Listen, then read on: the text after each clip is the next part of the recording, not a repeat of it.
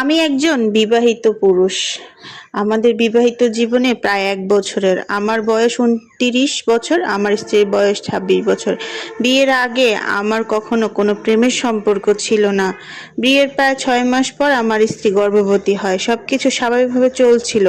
কিন্তু বিয়ের ১ বছর পূর্ণ হওয়ার আগে আমি তার অতীত সম্পর্কে এমন কিছু তথ্য জানতে পারি, যা আমাকে মানসিকভাবে ভীষণ ভেঙে দিয়েছে। তৃতীয় পক্ষের মাধ্যমে জানতে পারি, বিয়ের আগে আমার স্ত্রীর প্রায় ৩ বছরের একটি সম্পর্ক ছিল। তারা একসঙ্গে থেকেছে বলেও জানতে পারি। পরে সামাজিক যোগাযোগ মাধ্যমে তাদের কিছু ঘনিষ্ঠ ছবিও দেখতে পাই। আরও জানতে পারি, আমাদের বিয়ের মেহেদির দিনেও নাকি তার মধ্যে শারীরিক সম্পর্ক হয়েছে। এসব তথ্য আমি একসঙ্গে নয়, ধীরে ধীরে বিভিন্ন সূত্র থেকে সংগ্রহ করেছি। কিছু প্রমাণও আমার কাছে রয়েছে। তবে বিয়ের পর থেকে আমার স্ত্রী তার সাবেক প্রেমিকের সঙ্গে কোনো যোগাযোগ রাখেনি।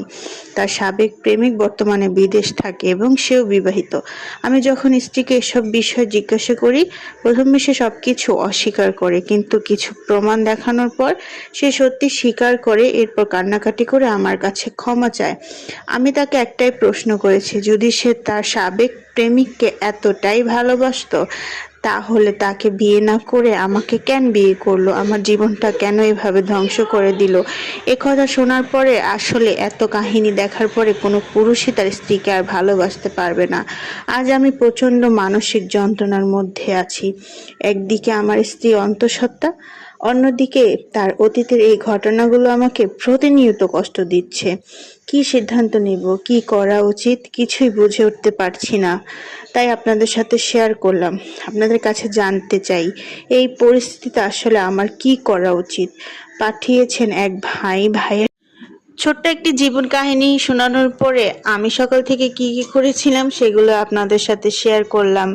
তো সকালে আমাদের এখানে অনেক বৃষ্টি হচ্ছিল। চট্টগ্রামে যদিও কয়েকদিন যাবৎ প্রচুর বৃষ্টি হচ্ছে, সবাই তো জানেনই চট্টগ্রামে বন্যা হয়ে গেছে। টিভিতে, ফেসবুকে সব কিছুতে অনেক বেশি নিউজ হচ্ছে। তো ওয়েদার অনেক ঠান্ডা ছিল, মা ছেলে শান্তিতে ঘুমাইছি।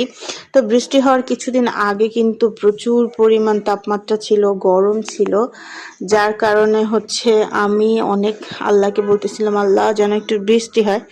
তো অনেক বৃষ্টি হয়েছে, যদিও আমাদের জন্য সুবিধার, তবে অনেক যাদের নিচু এলাকা আছে ওই এলাকাগুলো একদম পানিতে ডুবে গেছে। তাদের জন্য আসলে ঢাকা থেকে অনেক ভাইয়েরা বা অনেক আপুরা অনেক ধরনের জিনিসপত্র নিয়ে আসতেছে। দোয়া করি বৃষ্টি কমে যাক, কারণ ওই যে একটা কথা আছে না, বৃষ্টি আসলে সবার জন্য রোমান্টিকতা নিয়ে আসে না, অনেকের জন্য কষ্ট বয়ে আনে। ওইরকমই আসলে অনেকের অনেক দুর্ভোগ হচ্ছে, বা খাবার পাচ্ছে না, পানি পরিষ্কার নাই। ইভেন আমরাও এখন চট্টগ্রামে ওয়াসার পানি খাই, ওইগুলো অনেক নোংরা, গন্ধ, এরকম মানে পরিষ্কার পানি আসতেছে না, একটু কষ্ট হচ্ছে। তো সবাই আমাদের জন্য দোয়া করবেন। আর যারা পানির মধ্যে এখনো ঘর বাড়ি সব তলিয়ে আছে, তাদের জন্য সবাই দোয়া